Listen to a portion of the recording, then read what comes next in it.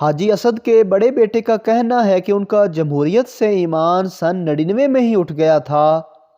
جب ہمیں اسکول کی چھٹیاں ہوئیں تو رات کو کھانے کے میز پر ابو نے پوچھا کہ بتاؤ بچوں، چھٹیوں پر دادا کے گھر جانا ہے یا نانا کے؟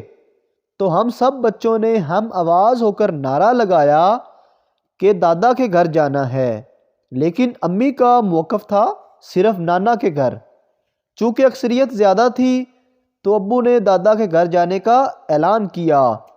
اگلی صبح امی تولیے سے گیلے بال سکھاتے ہوئے زیر لب مسکرائیں اور کہا کہ سب بچے جلدی سے کپڑے بدل لو، ہم نانا کے گھر جا رہے ہیں۔ میں نے حیرت سے منہ پھاڑ کر ابو کی طرف دیکھا تو وہ نظریں چرا کر اخبار پڑھنے کی اداکاری کرنے لگے۔ میں اسی وقت سمجھ گیا تھا کہ جمہوریت میں فیصلے عوام کی امنگوں کے مطابق نہیں بلکہ بند کمروں میں اس وقت ہوتے ہیں جب عوام سو رہی ہوتی ہے۔ اگر ویڈیو اچھی لگی ہے تو ہمارے چینل کو سبسکرائب ضرور کریں۔